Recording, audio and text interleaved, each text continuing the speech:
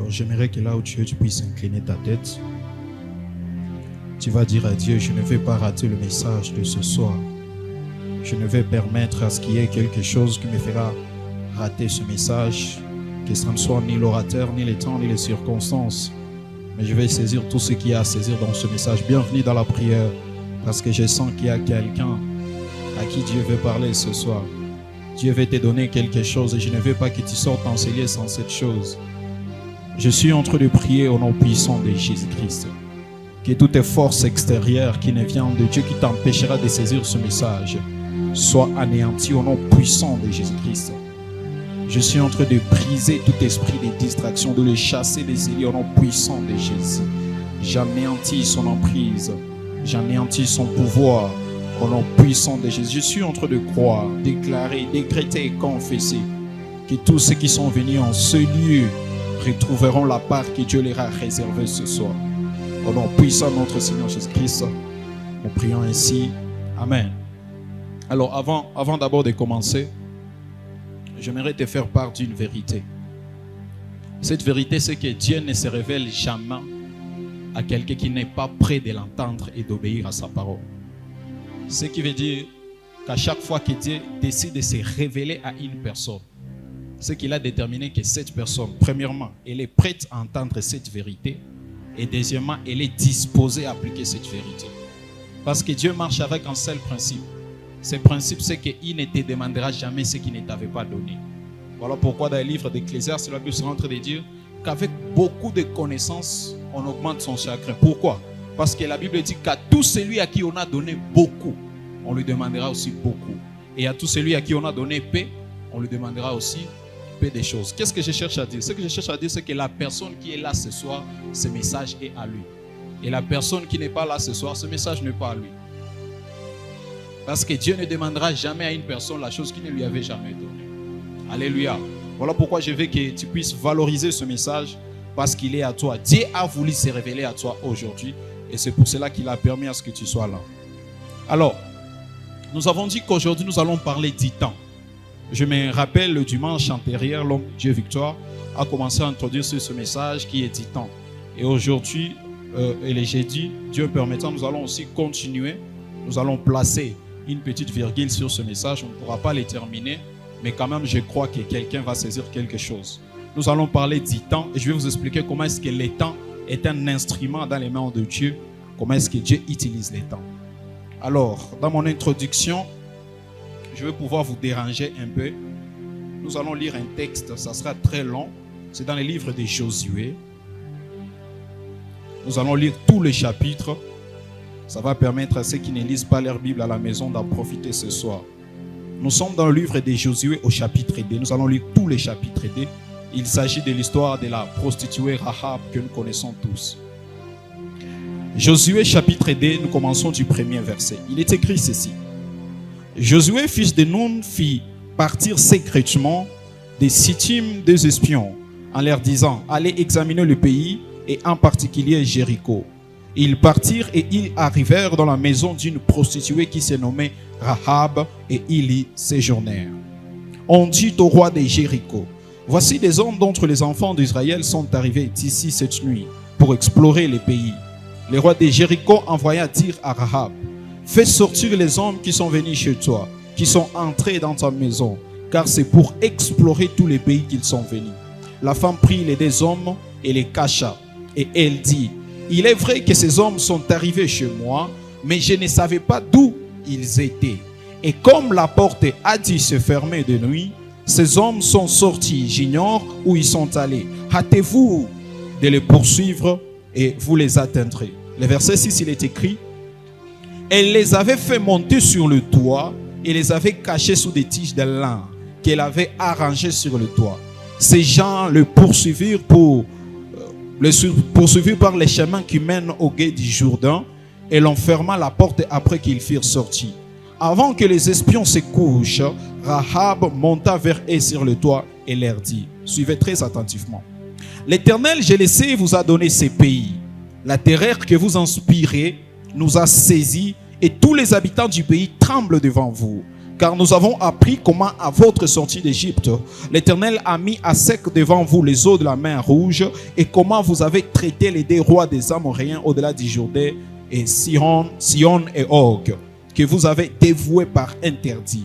Nous l'avons appris et nous avons perdu courage et tous nos esprits sont abattus à votre aspect, car c'est l'Éternel votre Dieu qui est Dieu Aaron dans le ciel et en bas sur la terre. C'est la prostituée qui est en train de parler.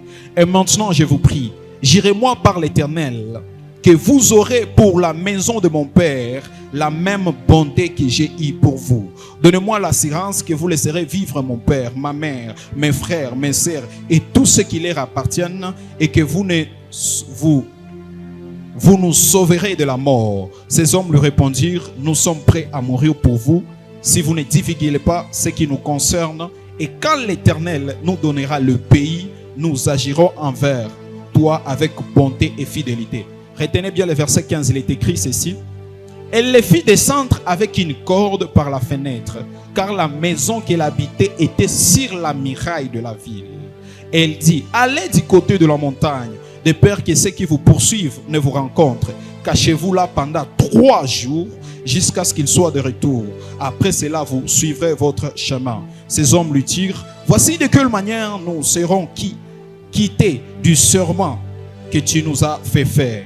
En outre, entre dans le pays, attache ces cordons de fil cramoisis à la fenêtre par laquelle tu nous as fait descendre, et recueille auprès de toi la maison de ton père, ta mère, tes frères et toute la famille de ton père. Si quelqu'un sort de la porte de ta maison pour aller dehors, son sang retombera sur sa tête et nous en serons innocents. Mais si on met la main sur l'un quelconque de ceux qui seront avec toi dans la maison, son sang retombera sur notre tête. Sautons au verset 21, il est écrit ceci. Elle répondit, qu'il en soit selon vos paroles. Elle prit ainsi congé d'eux et ils s'en allèrent, et elle attacha les cordons cramoisis à la fenêtre. Ils partirent et arrivèrent à la montagne où ils restèrent 3 jours, jusqu'à ce que ceux qui le poursuivaient soient de retour. Ceux qui le poursuivaient les cherchèrent par tous les chemins et ils ne les trouvaient point. Au verset 23, les 2 hommes s'en retournèrent, descendirent de la montagne et passèrent les Jourdains. Ils vinrent auprès de Josué qu'il avait envoyé, bien sûr, fils de Nun, et lui racontèrent tout ce qui leur est arrivé.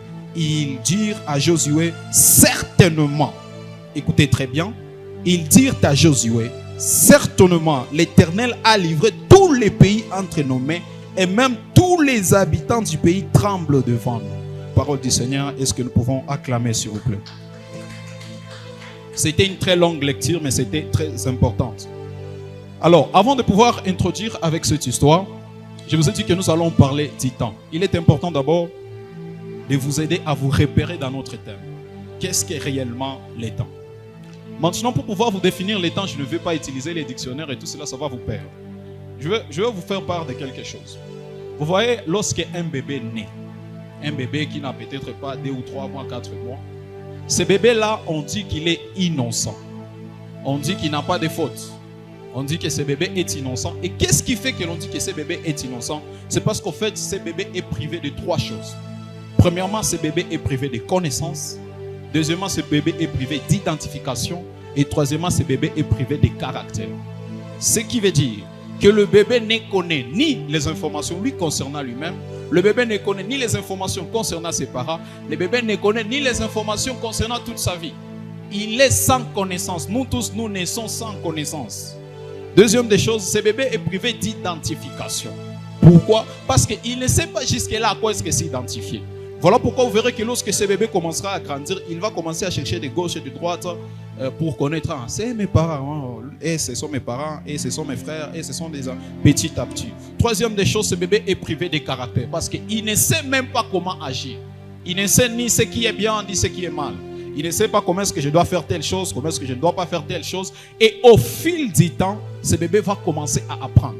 C'est là qu'après un temps passé, le bébé qui autrefois était innocent et sans connaissance deviendra une personne qui connaît quelque chose.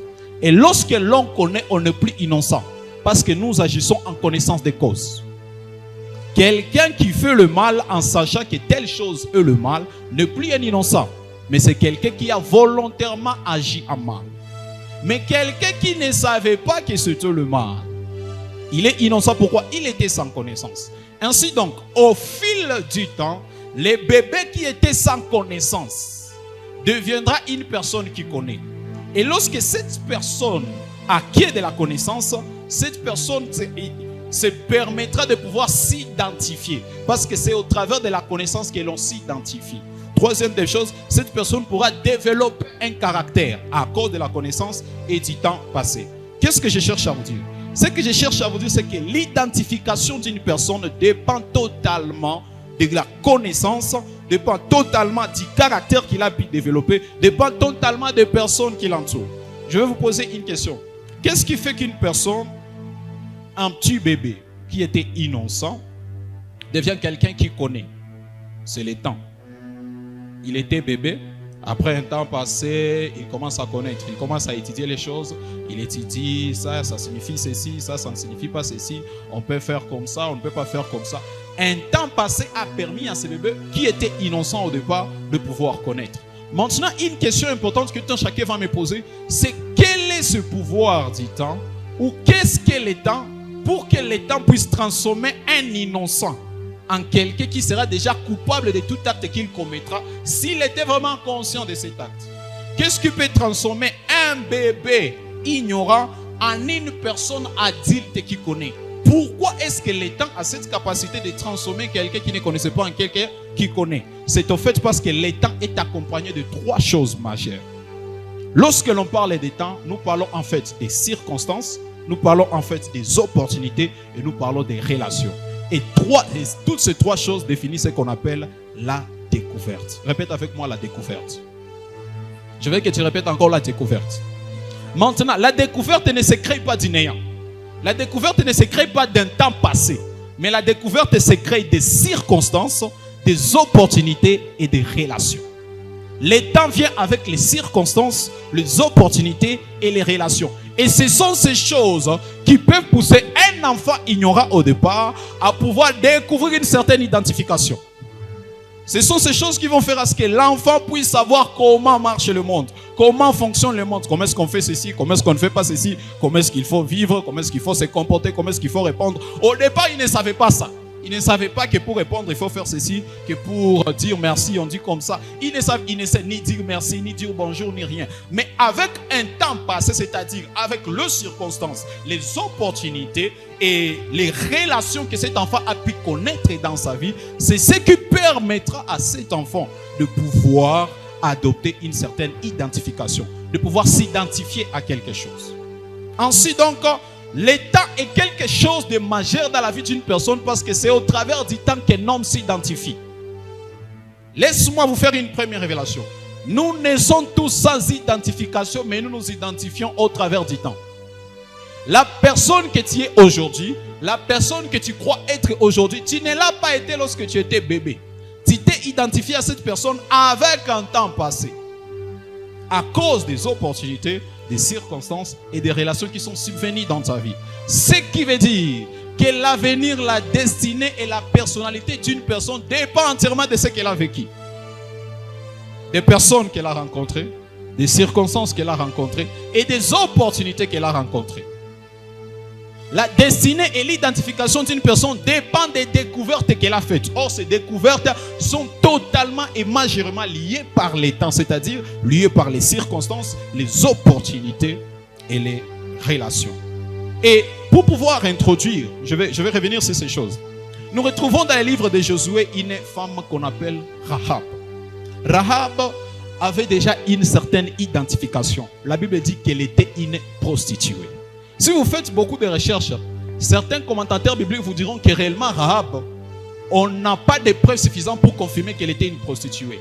Mais peut-être qu'elle pouvait entretenir une maison close, c'est-à-dire c'était une maison qui accueillait les invités, les étrangers. Si vous êtes par exemple d'ailleurs, vous venez dans un pays étranger, vous devez avoir quelque part où dormir. Vous devez avoir quelque part où par exemple consommer quelque chose, vous reposer un peu avant de continuer votre marche. Et la maison de Rahab était ainsi. C'était une auberge. C'était l'auberge où des étrangers pouvaient se retrouver, parler. Et peut-être qu'il pouvait y avoir 2 ou 3 chambres où ces étrangers pouvaient dormir.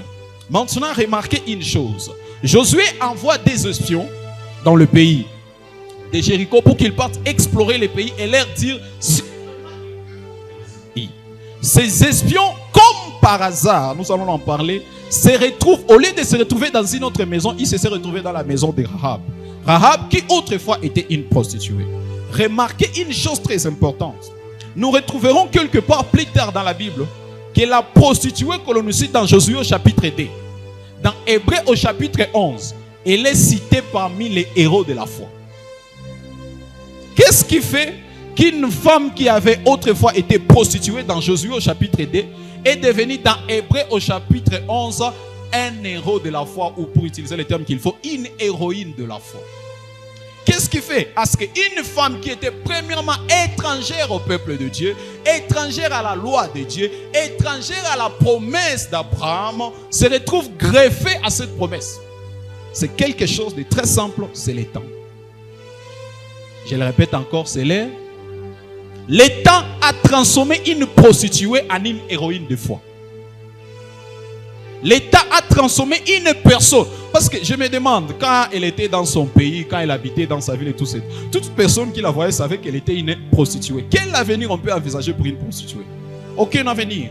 Mais on ne savait pas que quelque part, malgré cette identification que les hommes, l'entourage et Jéricho lui avaient déjà scotché, auquel Jéricho lui avait déjà scotché, il y avait aussi une autre identification d'héroïne de la foi que l'Éternel était en train de réserver pour elle, qui allait venir plus tard.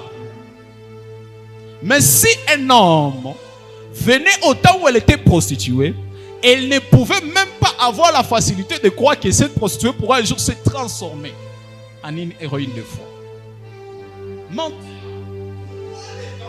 A transformé Rahab la prostituée en une héroïne des temps. C'est à cause des circonstances, des opportunités et des relations. Et c'est ce que nous allons étudier. La femme qui est Rahab se rencontre face à une seule relation. Les deux espions hébraïques qui sont venus jusqu'à Jéricho. Une seule relation.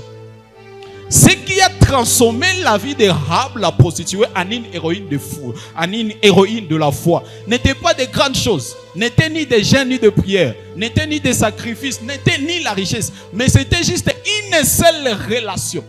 Elle s'est croisée avec des hommes qui étaient une opportunité importante pour elle. Elle a su saisir cette opportunité et elle a totalement été transformée. Son identité a été totalement transformée. Son vécu a été totalement transformé. Dans le passé, elle avait déjà connu des circonstances, des opportunités et des relations. Mais avec une seule relation, une seule opportunité, une seule circonstance, ça a complètement changé toute son identité. La femme qu'on connaissait en Rahab, la prostituée, est devenue Rahab, l'héroïne de la foi.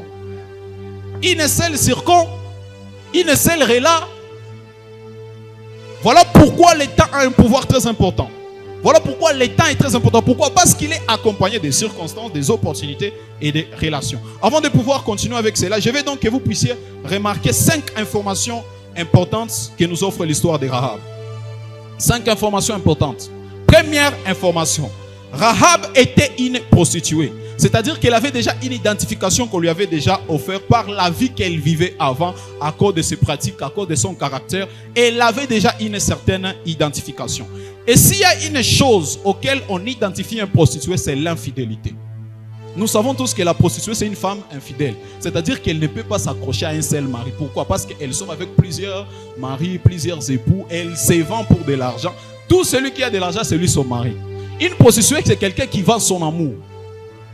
Il peut dire à celui-ci, je t'aime parce qu'il lui a donné de l'argent. L'autre vient et lui dit, je t'aime parce qu'il lui a donné de l'argent. Ainsi donc, en Rahab, la prostituée, on ne pouvait jamais y détecter de la fidélité parce qu'on savait qu'elle était une prostituée. Ce qui veut dire qu'elle était une femme infidèle. Tous les pays savaient que Rahab était une femme infidèle. Jusqu'à ce que viennent 2 personnes.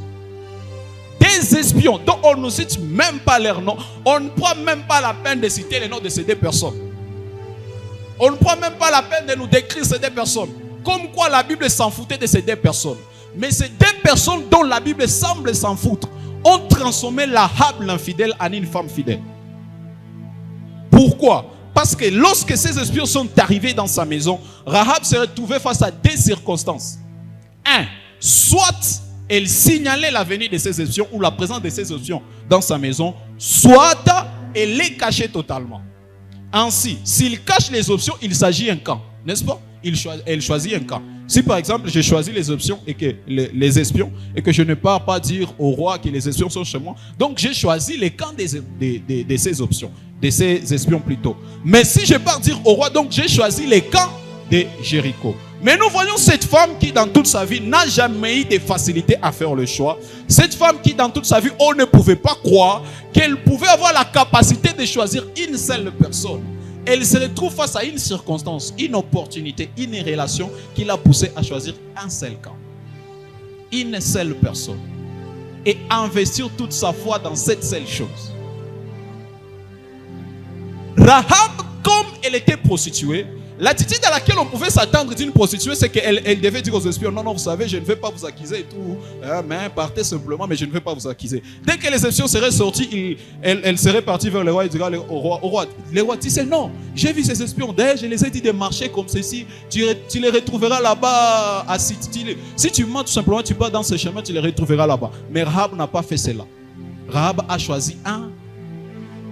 Ce qui veut dire que si Jéricho avait vaincu la guerre, Rahab se verrait être tuée ou même exécutée. Pourquoi? Parce qu'elle est une traîtresse. Elle avait déjà choisi son camp. Maintenant, mes chers frères et sœurs, remarquez que cette femme, la prostituée, à laquelle on pouvait identifier l'infidélité, se retrouve face à une circonstance où elle devient fidèle à une seule personne. En un seul camp. Qu'est-ce qui a fait que l'infidèle manifeste une certaine fidélité? C'est les temps. Une seule opportunité, une seule relation a fait en sorte à ce que la personne à laquelle on ne pouvait jamais identifier la fidélité a pu manifester une certaine fidélité. Laisse-moi vous poser une question. D'où était cachée cette fidélité de Rahab? Elle était cachée dans les temps. Et cette fidélité avait tout simplement besoin d'une seule chose, d'une opportunité, d'une circonstance et d'une relation pour pouvoir se manifester. Deuxième information que la Bible nous offre sur Rahab, c'est que Rahab avait des atouts majeurs. Premièrement, elle savait accueillir les gens. C'est-à-dire qu'elle vivait à cause de sa capacité de courtoisie. Voilà ce qu'était Rahab. Agir avec courtoisie signifie agir avec une politesse raffinée. Savoir les mots qu'il faut employer pour vous faire apprécier et attirer les gens vers vous. Voilà ce qu'était l'atout de Rahab. Deuxième atout de Rahab, c'est que Rahab savait protéger ses invités. Parce que la question que je vais vous poser, la Bible dit que lorsque ces espions sont venus, Rahab est parti les cacher sous le toit. Et sous ce toit, il y avait des tiges de fin là, donc des histoires par lesquelles qu'elle a pris et qu'elle a utilisé pour pouvoir cacher ces espions. Mais laissez-moi vous poser une question. Comment est-ce qu'aux circonstances où ces espions ont besoin d'être cachés, Rahab se retrouve à voir les choses qu'il faut pour leur cachette? Ce que je cherche à vous dire, c'est quoi? C'est qu'il est fort probable que comme elle était une prostituée, ce n'était pas la première fois qu'elle cachait quelqu'un. Parce que c'était une auberge, c'était une maison où des étrangers venaient souvent. Ainsi donc, il pouvait y avoir des étrangers qui venaient souvent et qui avaient des problèmes avec la loi. Et dès que les hommes de loi venaient les chercher, Rahab partait toujours les cacher sous ce toit. Parce qu'on ne comprend pas d'où lui est venue cette inspiration tout d'un coup comme ça, d'aller cacher les espions sous le toit. C'est que quelque part, on peut en déduire, même si la Bible ne le dit pas, on peut en déduire qu'elle avait l'habitude de cacher les gens là-bas. C'est-à-dire qu'elle savait protéger ses invités. Elle savait protéger tous ses maris qui lui payaient pour de l'argent. Si par exemple, même à Jéricho, il y avait des femmes qui étaient jalouses et qui pouvaient se dire que apparemment mon mari est parti encore chez Rahab, je vais aller les chercher là-bas. Il est fort probable que Rahab prenait le mari, il allait encore les cacher sous le toit et il les couvrait avec ses tiges de feuilles. Ainsi donc, Rahab avait des atouts. Le premier atout, c'est qu'elle savait acquérir les gens, c'est-à-dire qu'elle avait de la courtoisie. Le deuxième atout, c'est qu'elle savait protéger ses invités. Mais retenez ceci. Jusqu'à ce que les deux espions de Josué ne viennent à Jéricho, ces atouts de Rahab ne lui avaient servi à grand chose à part manger tous les jours. Même si elle avait des atouts importants qui étaient sa courtoisie et sa capacité de protéger ses invités, ça ne lui avait servi à rien. Ça ne l'aidait tout simplement qu'à manger tous les jours, etc. Mais jusqu'à ce que viennent des hommes qui ont su transformer ces deux simples petits atouts en un prétexte de vie. Des petits atouts qui ont fait en sorte à ce qu'une personne et toute sa famille ont été sauvées. Si Rahab n'avait jamais été courtoise, elle serait morte à Jéricho avec toute sa famille. Si Rahab ne savait pas protéger les invités qu'elle avait, elle serait morte à Jéricho avec toute sa famille. Même s'ils avaient déjà fait des accords, même si les espions avaient déjà dit à Rahab, comme tu nous as caché, dès que nous irons là-bas, nous allons faire en sorte à ce que ta maison soit épargnée. Si ces espions en chemin étaient attrapés et tués, l'accord ne tenait plus. Donc l'accord qu'on avait fait à Rahab n'avait plus d'importance. Pourquoi? Les espions qui ont donné l'accord sont déjà morts. Mais Rahab, en connaissance des causes, en sachant que si ces gens meurent, ma vie est aussi en péril. Et là, si comment aider ces gens pour qu'ils puissent survivre? Et là, si même que dire aux gens à ces gens-là pour qu'ils puissent survivre? Et voilà pourquoi vous verrez qu'au verset 6, la Bible dit, en réalité, elle les a fait monter sur la terrasse de sa maison et les a cachés sous des branches des fins lin rangés à cet endroit. C'est-à-dire que ces branches étaient rangées à cet endroit. Je me pose une question. Aetumbo tuseme niko na mtu mwangu mwenye wako atafuta kisha juu nimufchike mimi na mtia yule wa manjanja kisha pale yule wa manjanja tuseme par exemple kuko lu drape lu moya lo akabambe lutuza fuchika mtu na mtu ayo. Comment expliquer que ces draps étaient là à cet instant précis où ces gens avaient besoin d'être cachés? Ce qui veut dire que ces draps n'étaient pas là par hasard, mais ces draps servaient de cachettes. C'était une habitude, on dirait que c'était une habitude pour Rahab de toujours cacher les gens là-bas. C'était devenu son atout. C'était devenu son secret à lui. À chaque fois que peut-être il y avait des femmes jalouses qui venaient, il est, toi ta femme est venue, monte là-haut, tu vas te cacher là-bas, je vais te couvrir. La femme vient partout dans la maison, il cherche et ne trouve pas. Rahab avait cet atout. Et cet atout ne lui servait à rien jusque-là. Ça ne la servait qu'à manger, boire tous les jours. Je ne sais pas combien d'argent elle achète à manger, etc. Mais jusqu'à ce que ces deux hommes viennent et ils vont complètement transformer ces atouts et révéler la valeur réelle de ces atouts. Au verset 15, la Bible est en train de dire: la maison de Rahab est située contre les murs de la défense qui protège la ville. Elle fait donc descendre les deux hommes avec une corde par la fenêtre. Remarquez une deuxième chose. Pour pouvoir faire échapper ces deux hommes, Rahab a utilisé une corde. Laisse-moi vous poser la question. D'où est venue cette corde? Comme par hasard, on retrouve que là même tout est un arsenal pour pouvoir faire descendre les gens et les faire fuir. D'où est venue cette corde? Et c'est un hasard que tout d'un coup comme ça, pendant que les espions avaient besoin de fuir, Rahab avait nécessairement tous les matériels qu'il faut pour fuir. Ce n'est pas un hasard. Et ce que vous devez comprendre, c'est que la muraille de Jéricho était de 10 mètres de longueur et même plus, je ne sais pas, c'est ce que disent les recherches. 10 mètres de longueur et plus, et 5 mètres de largeur.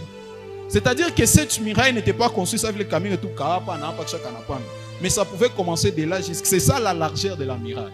C'est-à-dire que c'était vraiment une très grande... Maintenant, Niambi, d'où est-ce que tu vas tirer une corde qui va faire descendre quelqu'un à une muraille de 10 mètres? Une corde qui va supporter le poids d'une personne. D'où est venue cette corde? Cette corde servait toujours d'échappatoire à chaque personne qui venait dans la maison de Rahab. Les deux atouts que Rahab avait et qui ont été valorisés lorsque ces deux espions sont venus dans sa maison. Ainsi donc, ces atouts-là pouvaient rester mortes, sans aucune importance, sans aucune utilité. Ces atouts ne pouvaient que lui servir à manger, à boire, etc. Jusqu'à ce que deux personnes, une circonstance, une relation, une opportunité viennent transformer ces atouts en quelque chose de très important. Troisième remarque. Rahab était une femme révélée. Voilà pourquoi, lorsque ces espions sont venus jusque dans sa maison, il va leur dire: nous avons appris à quel point vous avez fait de miracles et de prodiges partout où vous êtes passés. Ainsi donc moi, je serais une totalement stupide et imbécile si je n'arrivais pas à saisir cette opportunité que vous êtes pour que je puisse sauver ma vie. Rahab, par sa révélation, a su détecter une opportunité de sauver sa vie. Rahab ne les a pas simplement sauvés par esprit de courtoisie et de simple bonté. Rahab les a sauvés parce qu'il savait que c'est eux qui vont vaincre la guerre. Mais Rahab, comment est-ce que tu sais que c'est eux qui vont vaincre la guerre? D'où as-tu tiré cette réveil? Ce qui veut dire que même si les opportunités viendront, les circonstances viendront, les relations viendront, pour pouvoir les saisir, il faudra être révélé. de la valeur réelle de ces opportunités, de ces relations et de ces circonstances. Troisième remarque, nous allons en parler. C'est que peu importe, quatrième des choses que vous devez écrire, peu importe l'image que la famille de Rahab avait d'elle, maintenant qu'elle était devenue l'héroïne de la famille, l'image avait complètement été transformée. Bon, dis-moi, quel père qui peut être fier de sa fille en sachant que sa fille est une prostituée? Personne. Je suis sûr que dans la maison, dans la famille de Rahab, on parlait en mal de Rahab. On ne pouvait même, je ne sais même pas si on pouvait la citer dans les réunions. On dit, Rahab, est-ce que tu peux venir aussi intervenir? Comment est-ce qu'on va amener une... Elle va quand même amener de l'opprobre sur notre famille. Elle était la honte de la famille. Pourquoi? Elle était une prostituée. Mais la honte de la famille est devenue la vie de la famille. La honte de la famille est devenue la cause de la survie de toute une famille et encore de toute une génération. Nous arriverons parce qu'à cause de Rahab, Jésus-Christ est venu sur terre. Cinquième remarque. Rahab, la prostituée, a fini par accomplir avec le temps passé un exploit que même le plus grand généraux de Jéricho n'avait jamais accompli. À Jéricho, il y avait des généraux de guerre qui savaient combattre, qui savaient comment est-ce que protéger leur famille, etc. Mais tous ces généraux sont morts à Jéricho avec leur expérience militaire, avec leur force. Et Rahab, qui n'avait ni force ni expérience militaire, a su sauver toute sa famille. Rahab, qui n'avait que simple atout comme courtoisie et capacité de protéger ses invités, a su sauver sa famille là où les plus grands généraux n'ont pas réussi à sauver leur famille. Les plus grands généraux d'armée en Jéricho sont morts et enterrés. Et leurs familles sont morts et enterrés. Je m'imagine même qu'il pouvait y avoir quelqu'un à Jéricho qui disait, ah, même si les Israélites viennent nous combattre, moi, mon père, c'est lui le général. C'est-à-dire que tous si les autres mourront, moi, mon père va trouver une stratégie de nous garder ou de nous amener quelque part et nous allons survivre. Mais tous sont morts. Mais Rahab, qui ne savait ni se battre ni utiliser, elle n'avait aucune force. Elle a sauvé toute sa famille. Avec quel atout? Avec quel atout? Qu'est-ce qu'il a transformé en plus grand que les plus grands généraux? C'était juste une seule circonstance, une relation, une opportunité qu'elle a si.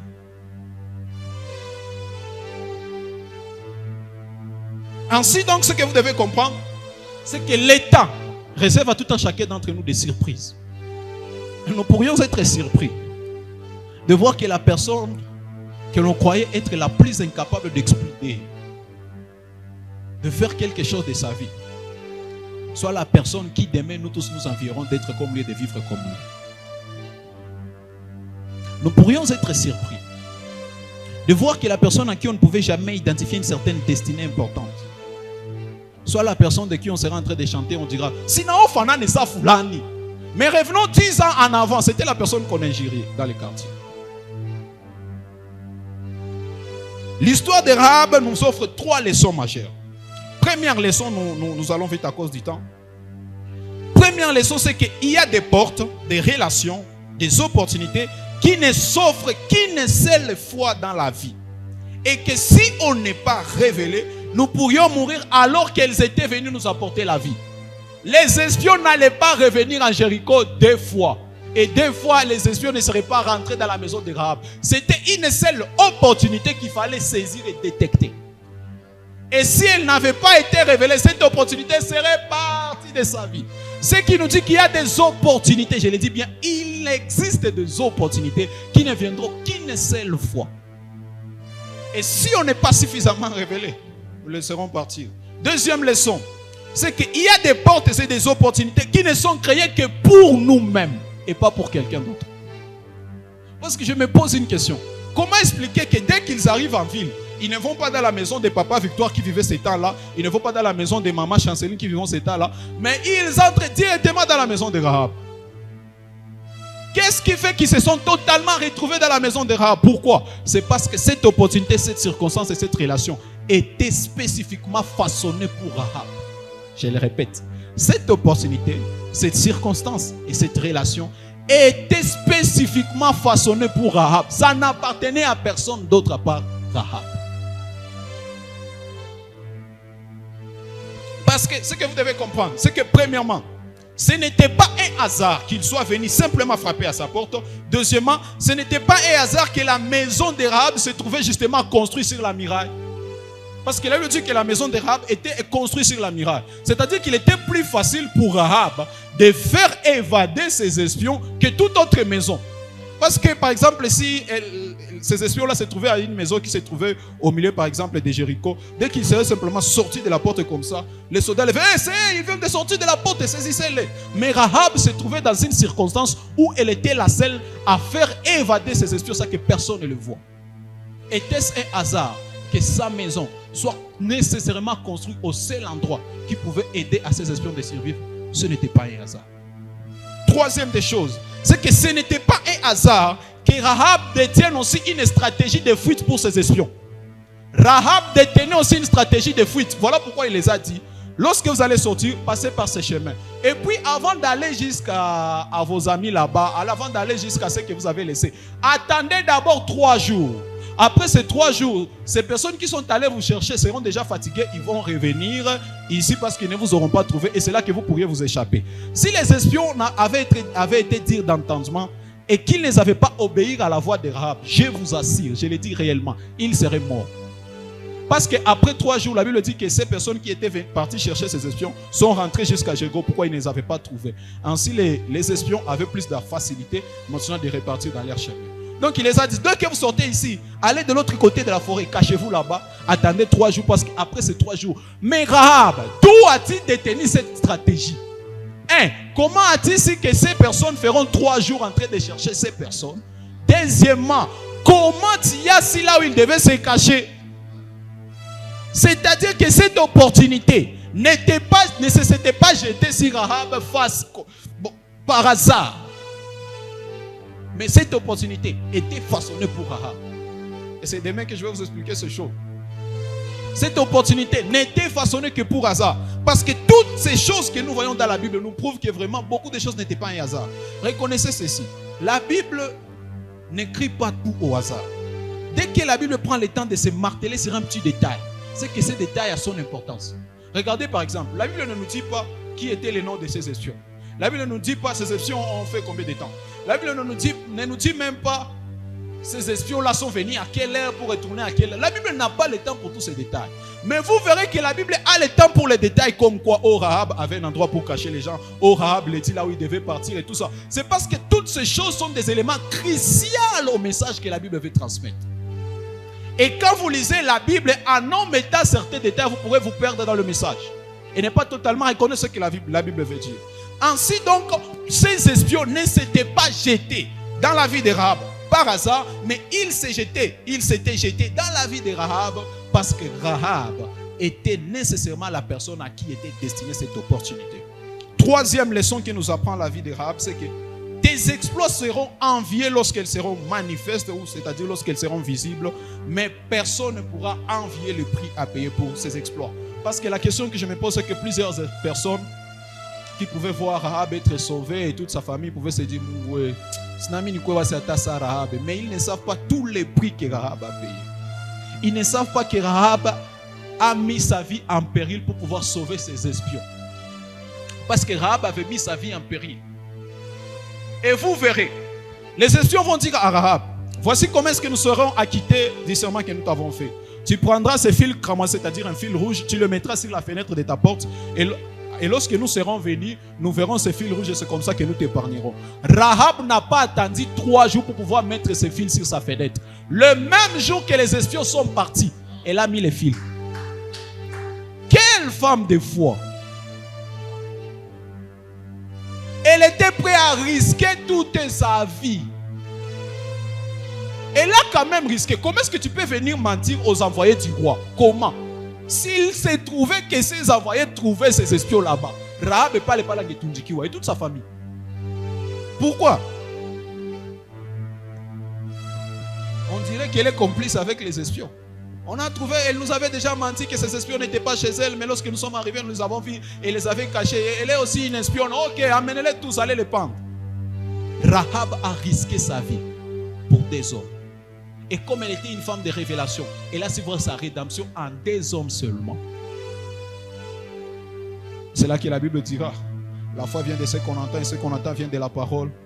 Rahab n'a pas crié en des choses, elle a crié aux paroles de des hommes.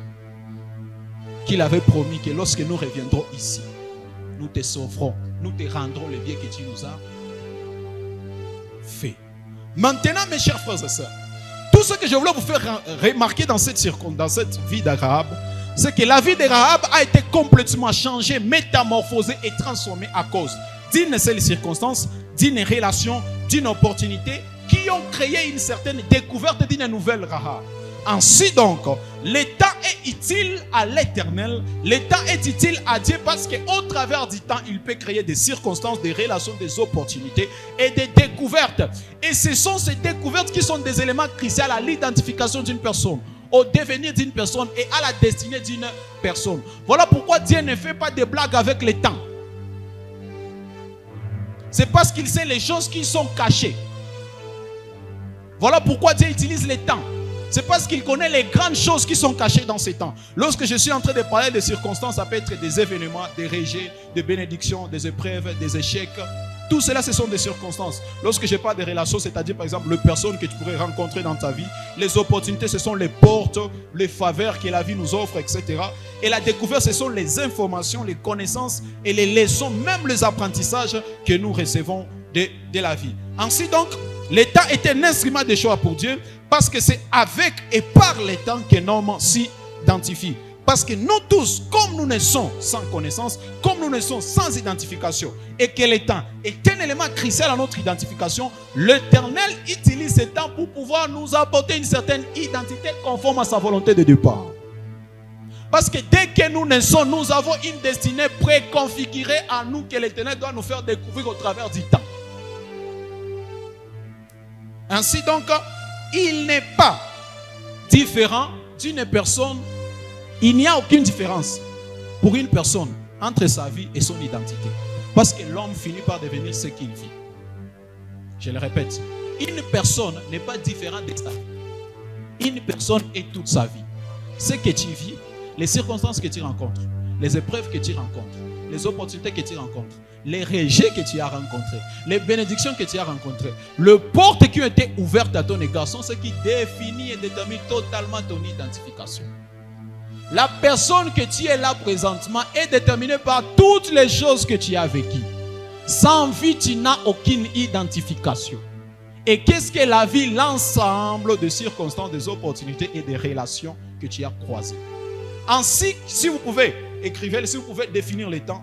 Je n'ai pas un tableau ce soir pour expliquer ça bien. Si vous pouvez définir le temps, vous écrivez que le temps est un ensemble de circonstances, des relations, des opportunités autour de la vie d'une personne ou même dans la vie d'une personne. C'est ça réellement le temps. Je ne vais pas vous faire par beaucoup de définitions. C'est ça réellement le temps. Ainsi, je veux que vous puissiez maintenant remarquer une première chose sur le temps. C'est que premièrement, le temps il est à mesure de changer, de modifier, de métamorphoser et de transformer les gens, les circonstances, positivement comme négativement. Le temps est un transformeur. C'est à cause du temps qu'un homme qui par apparence bon finit par devenir une personne mauvaise. C'est avec le temps qu'une personne qui par apparence riche finit par devenir une personne pauvre. C'est avec le temps, c'est à cause du temps. C'est à cause du temps que ce qui avait été construit finit par être démoli. Ainsi donc, le temps ne transforme pas les choses qu'en des belles choses, mais le temps transforme aussi les choses en des mauvaises choses. L'état était transformé positivement comme négativement. Pourquoi?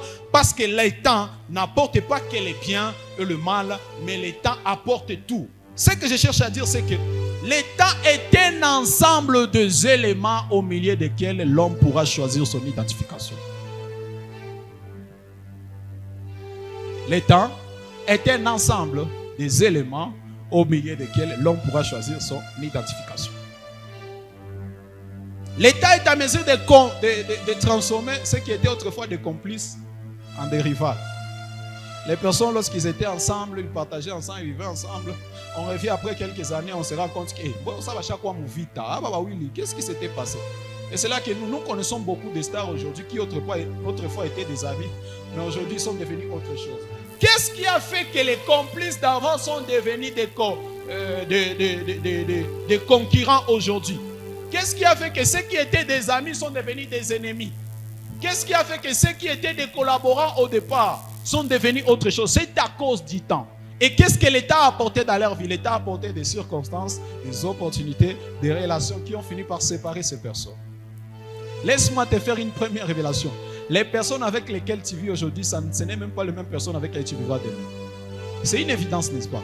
Ce n'est même pas une révélation. Les amis que tu as aujourd'hui, ce ne sont pas les amis que tu auras demain. Pourquoi? À cause des circonstances, des opportunités et des relations. Pourquoi? Parce que lorsque tu rencontres des nouvelles relations, ces nouvelles relations t'imposent de nouvelles responsabilités.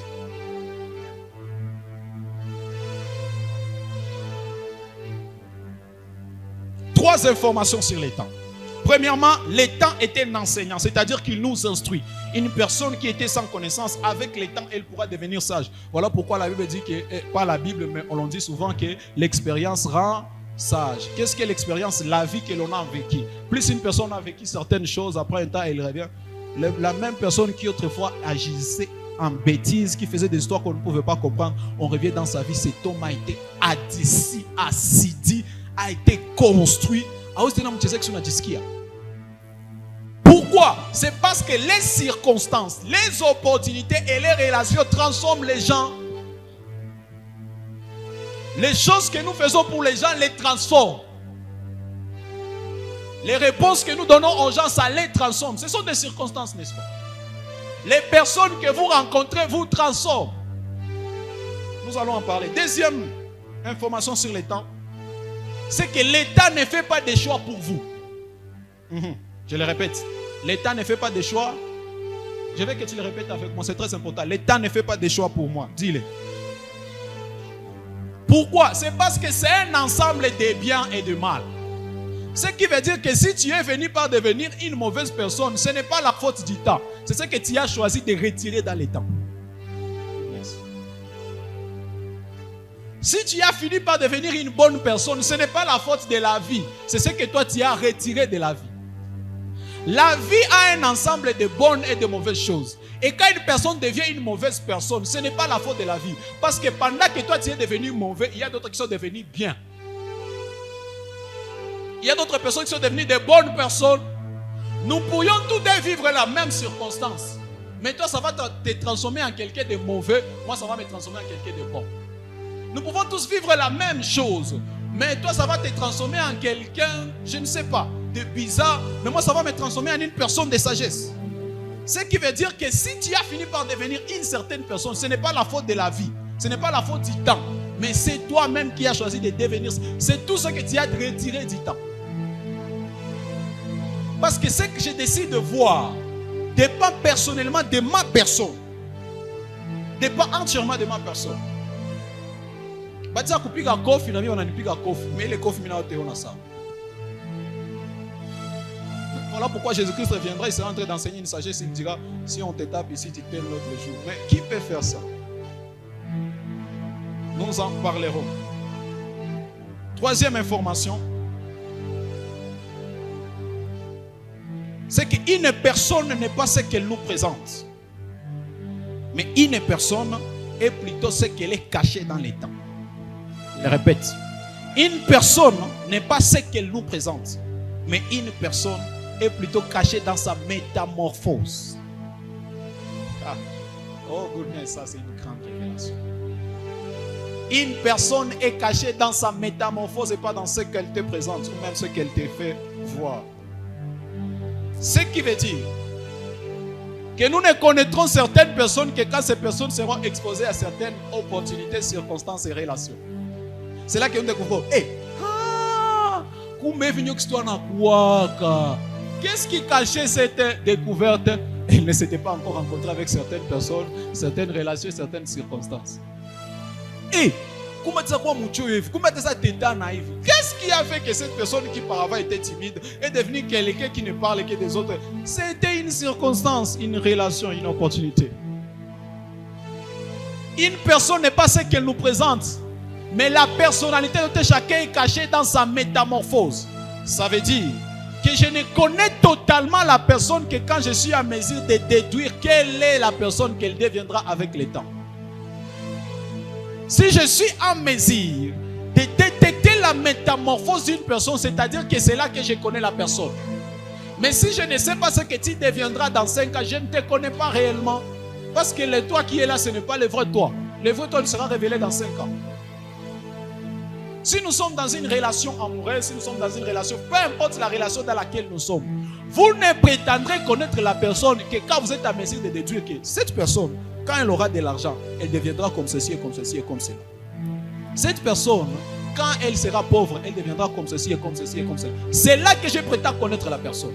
Mais si je ne sais pas comment est-ce que cette personne est à mesure de se métamorphoser au fil du temps, réellement je ne connais pas cette personne. Pourquoi? Parce que l'identité d'une personne est cachée dans sa métamorphose, dans la personne qu'elle est à mesure de devenir en fonction du temps, des relations et des circonstances qui viendront. Ce qui veut dire que pour réellement prétendre connaître cette personne, vous devez être à mesure de deviner sa métamorphose, avoir une idée sur ce que cette personne pourra devenir, et plutôt pas sur ce que cette personne est aujourd'hui. Voilà ce que l'on appelle la révélation. Une personne révélée, c'est une personne qui est à mesure de déduire avec facilité. Tel que je vois cet homme, dans 5 ans, il fera ceci, ceci, ceci et cela. C'est ça ce qu'on appelle la révélation. Parce qu'aujourd'hui, tu pourrais t'attacher de moi à moi en croyant que tu m'avais compris et que tu me connais. Mais tu reviens dans 5 ans et tu te retrouves que c'est la plus grossière erreur que tu aurais fait de ta vie, t'attacher à moi. Parce que tu ne me connaissais pas. Il y avait encore des années qui cachaient une certaine identification de ma personne. Il y avait des jours qui cachaient des caractères que tu ne connaissais pas. Il y avait des jours qui cachaient un comportement que tu ne connaissais pas.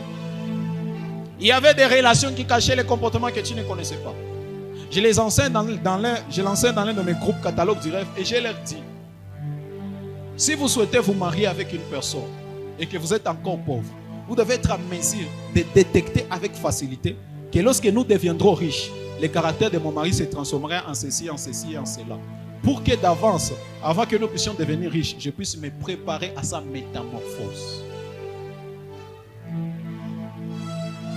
Parce que si le départ, je ne sais pas en quoi est-ce que mon époux va se transformer. Lorsque mon époux se transformera en cela, je serai surpris.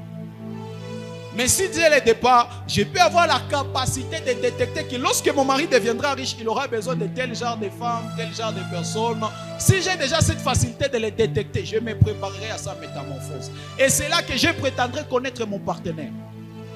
Mes chers frères et sœurs, laisse-moi conclure par ceci ce soir. Si tu ne connais pas la métamorphose d'une personne, tu ne connais pas la personne.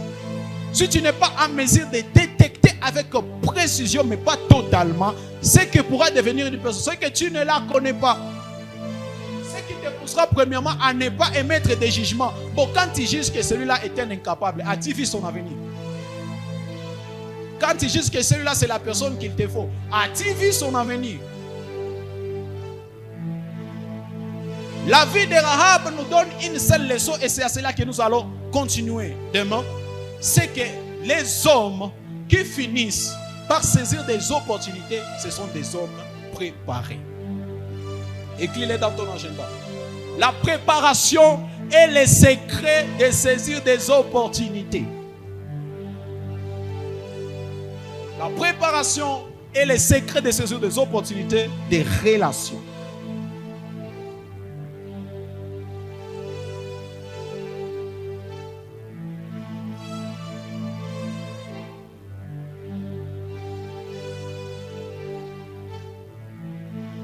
Tu l'as déjà écrit? Parce que ce que vous devez comprendre, c'est que ces espions étaient venus dans la vie de Rahab, la prostituée, parce que Dieu savait que premièrement, Rahab était courtoise. Deuxièmement, Rahab saura cacher ses espions. Troisièmement, Rahab connaît tous les trajets et les informations importantes pour pouvoir sauver ces gens. Quatrièmement, Rahab a un très bon cœur. Et ce sont ces atouts que Dieu connaissait de Rahab qui ont fait en sorte à ce que Dieu puisse apporter une opportunité qui s'appelait les déceptions des Hébreux. Sans ces atouts, sans cette connaissance que Dieu avait de Rahab, jamais ces espions ne seraient venus frapper dans sa porte. En un mot, il n'existe pas de hasard dans la vie. En un mot, les opportunités ne viendront jamais toquer à ta porte si tu n'es pas préparé à ces opportunités. Et en d'autres mots, elles pourront venir, mais tu ne les sauras pas parce que tu n'y étais pas préparé. La préparation est le secret de la révélation. L'on dit qu'un homme est révélé lorsqu'il a été préparé aux circonstances qui adviendront, aux relations qui adviendront, aux opportunités qui adviendront. Lorsqu'une personne va venir dans sa vie, tu vas te dire, qu'est-ce qui s'est passé? Cette personne avait auparavant été révélée, s'était préparée à la venue de l'autre personne. Lorsque des circonstances viendront, on se demande,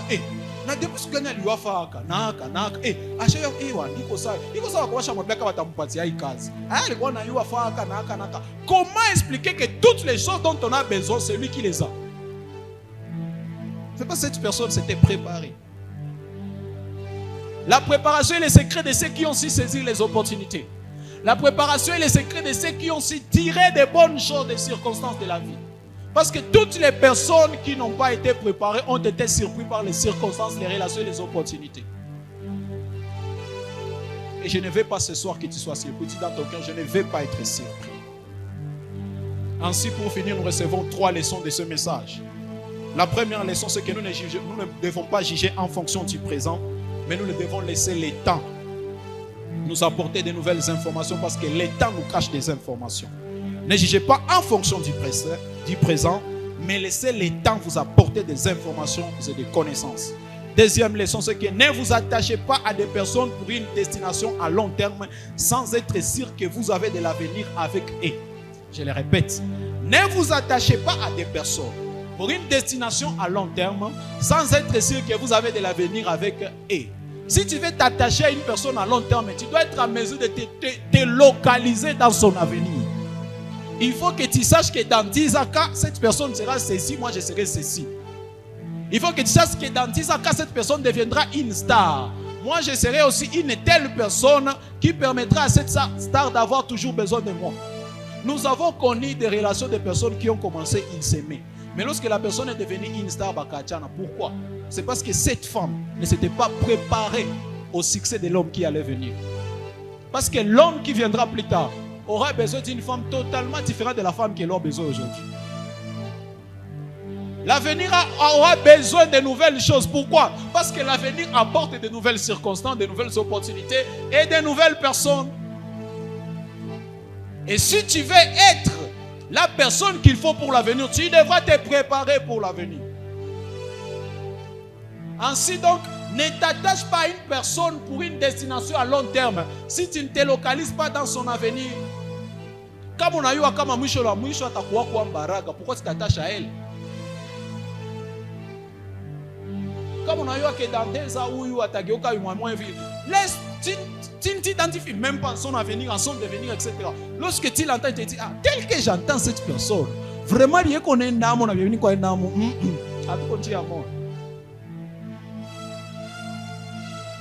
Détrompez-vous, mes frères, même si cette personne semble être innocente au départ, elle pourrait devenir quelque chose qui va vous surprendre. Parce que l'État ne transforme pas qu'en bien, l'État transforme aussi en mal. Je le répète, l'État transforme aussi en... L'État est un ensemble qui te donne des choses. Je mets devant toi la vie et la mort. Mais je te conseille de choisir là. Maintenant, lorsqu'il est venu mettre devant nous la vie et la mort, il y a ceux qui ont choisi la mort et d'autres qui ont choisi la vie. Ça n'a rien à voir avec la vie. La vie, elle est simplement venue présenter des options. Et certains hommes ont choisi l'option qu'il ne fallait pas et d'autres ont choisi l'option qu'il faut. La vie ne vous apportera pas que de bonnes choses, mais elle vous apportera aussi de mauvaises choses. Voilà pourquoi la troisième et dernière leçon que nous recevons de ce message ce soir, c'est que nous devons nous préparer au changement et à l'avenir. Nous devons nous battre pour que nous soyons utiles pour les jours à venir. Nous devons nous battre pour que nous soyons utiles pour les personnes qui viendront dans les jours qui viennent dans notre vie. Nous devons nous battre pour être utiles à leur servir, utiles à leur vie.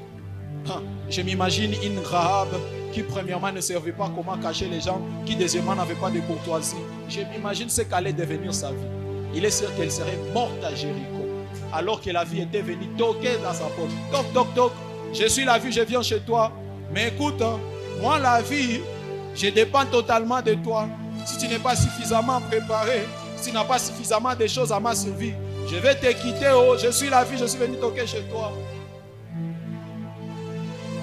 Alléluia. Cette troisième leçon nous apprend aussi que nous nous devons accepter les choses qui doivent partir. Dis-le, nous devons accepter les choses qui doivent partir. Je veux que tu le dises à moi, nous devons accepter les choses qui doivent. Parce que chaque relation apporte de nouvelles divisions. Nous allons en parler. Et c'est là que nous avons des problèmes qui ont maintenant de nouvelles relations, mais continuent à s'attacher à des anciennes relations qui sont contraires à leurs nouvelles relations. Pourquoi? Ces personnes n'arrivent pas à accepter que ces gens, leurs temps d'utilité sont passés, ils doivent maintenant partir. C'est eux qui sont devenus utiles dans ma vie. N'ayez pas peur de vous séparer avec les gens. Parce qu'il faut que certaines personnes partent pour que de nouvelles personnes arrivent. Et lorsque de nouvelles personnes arriveront, nécessairement, elles créeront une division entre ceux que tu as connus. Pourquoi? Parce que ces nouvelles personnes apportent totalement de nouvelles choses. Ils sont des caractères totalement différents. Et ces personnes vont te demander de nouvelles responsabilités. Qui vont demander à ce que tu ne trouves plus du temps pour ces genres de personnes-là. Il y a tellement de choses à dire à ces sujets. Mais j'aimerais te conseiller ce soir, t'exhorter et te dire que l'Éternel est sur le point d'apporter des choses dans ta vie qui vont complètement transformer ton identification. Des choses qui vont faire de toi quelqu'un de nouveau. Des choses qui vont faire de toi une personne qu'on ne saura pas reconnaître. Ta famille avait une certaine identification à ton égard, mais on se rendra compte que la personne que l'on croyait connaître n'est pas celle qui nous était cachée dans l'état, celle qui nous était réservée dans l'état. Les amis avaient une certaine identification à ton égard, mais on se rendra compte qu'il y a comme quelqu'un qui était venu dans Ésaïe et il dira: je t'appelle et je te connais par ton nom, et qui viendra comme automatiquement imposer la croyance de son identification sur toutes les autres identifications. Lorsque l'Éternel a décidé de transformer la vie de Rahab, ça n'a pas demandé des jours, ça n'a pas demandé des années.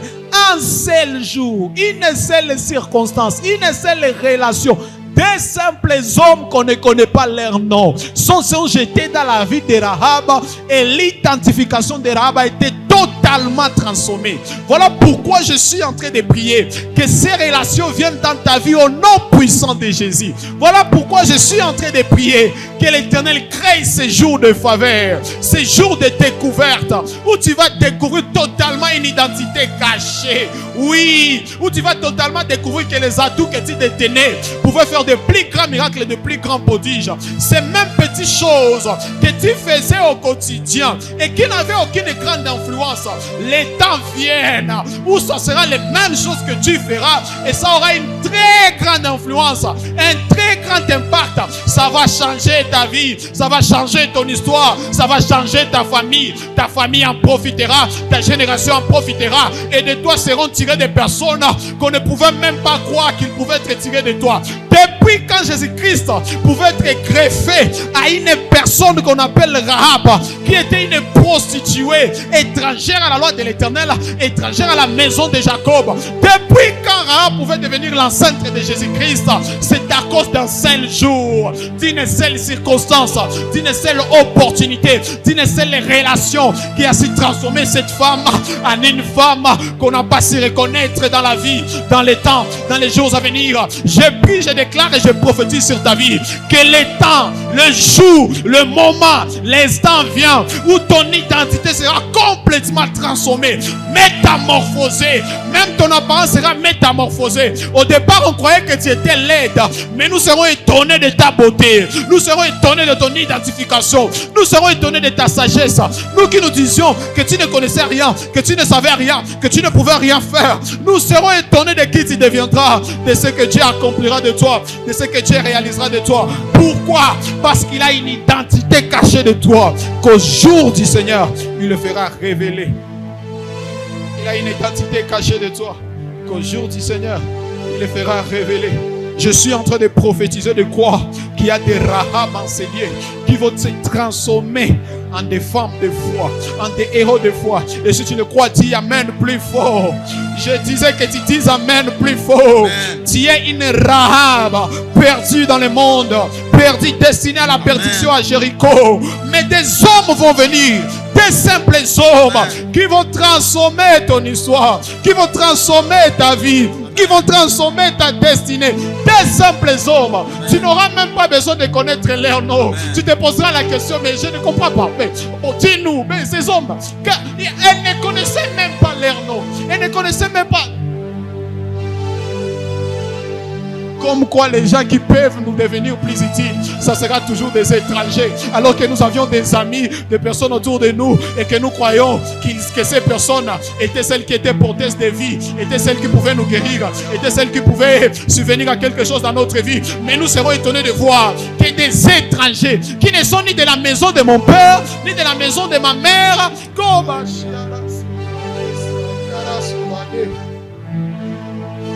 je ne vais pas conclure sans que tu appelles ton opportunité. Commence à l'appeler. Lève-toi là où tu es. Lève-toi là où tu es. Commence à appeler ton opportunité. Commence à appeler cette relation. Appelle-la. Appelle cette personne. Et laisse à toi. On ne veut plus qu'elle reste bloquée. Appelle cette personne. Lève-toi, fais-le. Appelle cette personne. Appelle cette circonstance. Appelle cette relation qui va métamorphoser ta destinée. Qui va métamorphoser. Oh Seigneur, tu connais les atouts que j'ai. Tu connais la personne que j'ai. Où se cache cette relation, cette opportunité? C'est des étrangers qui vont transformer ma vie. Où est-ce qu'ils sont? Où est-ce qu'ils sont? Je vais les rencontrer. Je prie que ces frères les rencontrent. Je prie que cette maman les rencontre. Je prie qu'ils les rencontrent. Qu'ils les rencontrent. Qu'ils viennent. Qu'ils transforment. Qu'ils métamorphosent. Qu'ils leur donnent une nouvelle identification que Dieu avait toujours su, mais que les hommes ne connaissaient pas. Dieu savait que Rahab n'était pas la prostituée, mais qu'elle était une oreille de foi. Dieu les savait, Dieu les connaissait et il réservait cette révélation au moment opportun. Je prie, je déclare et je décrète que le moment opportun atteigne sa destination. In the name of Jesus. Au nom de Jésus. Oh, si tu pouvais continuer avec cette prière à la maison. Ce soir, l'Éternel t'a donné un sujet de prière. Aujourd'hui, l'Éternel t'a donné un sujet de prière. Tu vas dire à Dieu, je vais savoir détecter les relations qu'il me faut, les opportunités qu'il me faut, les personnes qu'il me faut. Mais aussi, Seigneur, je veux que tu les attires alors jusqu'à moi, que tu les apportes jusqu'à moi. Et si je suis dépourvu des atouts comme Rahab, commence à m'équiper de ces atouts, de telle sorte que lorsque ces hommes viendront, ces hommes diront, voilà un homme révélé.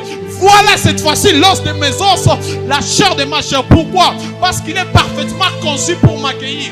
Il est parfaitement conçu pour me servir. Il est parfaitement conçu pour me donner ce dont j'ai besoin. On l'appellera Ève parce qu'elle a été tirée de moi. Je suis comme lui. Je suis semblable à lui. On est pareil. Il n'y a pas de différence. C'est elle dont j'avais besoin. Oh toi Dieu qui connais les Èves, façonne-les ce soir. Forme-les. Forme-les. Oui Seigneur, fais même en sorte que des Adams sommeillent. Fais même en sorte que des Adams soient comme dans un temps perdus dans les temps. Et que lorsque ces Adams seront réveillés à la quête de leur partenaire, qu'ils se rendent compte que des œuvres ont été nécessairement directement façonnées pour eux. Je vois une œuvre qui sera façonnée. Je prie qu'elle soit façonnée. Au nom puissant de Jésus. Seigneur, je te supplie. Je ne sais pas pourquoi je vais insister.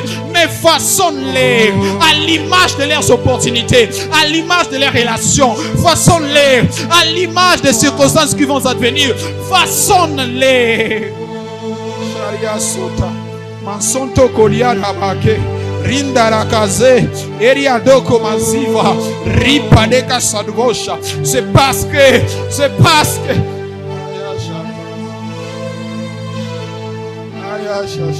ne néglige pas ces sujets de prière, je te supplie.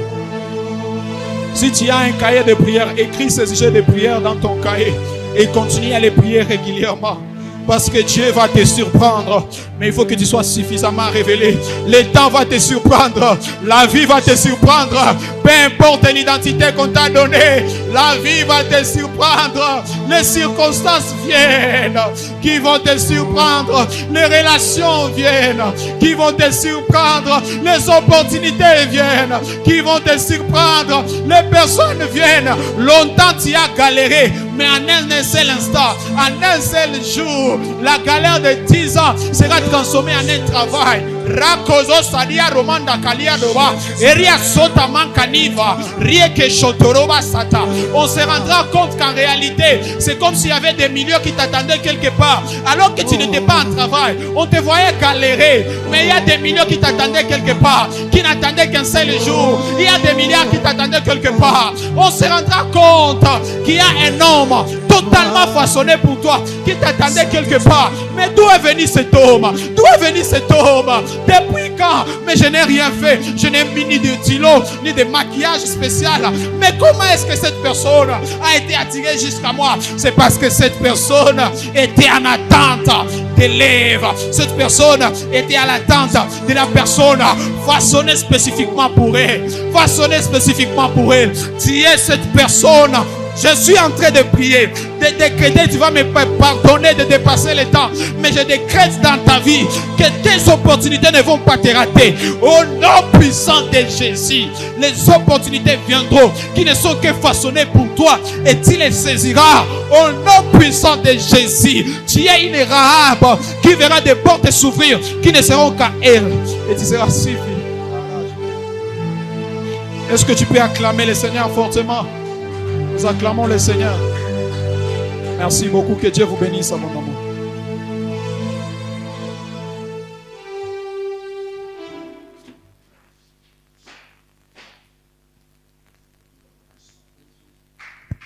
Tumshangilie huyu Mungu. Kama umesikia neno la Mungu, shangilia tena Bwana Yesu. Haleluya. Mungu ambariki mtumishi wetu. Haleluya. Tunashukuru sana.